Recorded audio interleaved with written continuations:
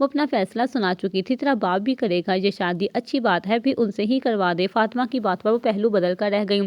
بدتمیز ناہنجاز، تجھے تیری ماں نے بھیجا ہے پٹی پڑھا کے؟ کیا کمی ہے اس لڑکے میں؟ اپنا گھر ہے، سال میں 2 دفعہ پاکستان آتا ہے، اور اس کا نام شفیق نہیں فیصل ہے۔ میری بلا سے وہ ساری زندگی پاکستان ہے، اور یہ فیصل بھی نہیں چاہیے مجھے۔ فاطمہ جتنا دوستوں میں خوش ہو کر آئی تھی، گھر آ کر سارا مزہ کراک کر ہو گیا تھا۔ یہ جو تر تیری زبان چل رہی ہے نا، آج اپنے باپ کو آنے دے، پھر دیکھ کیسے تیرا دماغ ٹھکانے لگتا ہے۔ میرا دماغ ٹھکانے پر ہی ہے دادی، اور آپ کو کیا پتا وہ باہر کیا کرتا رہتا ہے؟ کس نے جا کر دیکھا ہے؟ کیا پتا اسٹور ہے یا نہیں؟ سال میں انتظار کرتی رہوں گی کہ کب گھر آئے گا۔ میں اپنی ہر چیز کے لیے ہاتھ پھیلاؤں گی، اس کے گھر والوں کو سنبھالوں گی، اور آخر میں وہ اپنی بڑی سی توند لے کر پاکستان واپس آ جائے گا خالی ہاتھ۔ فاطمہ تصور میں ہی تڑپ اٹھی تھی۔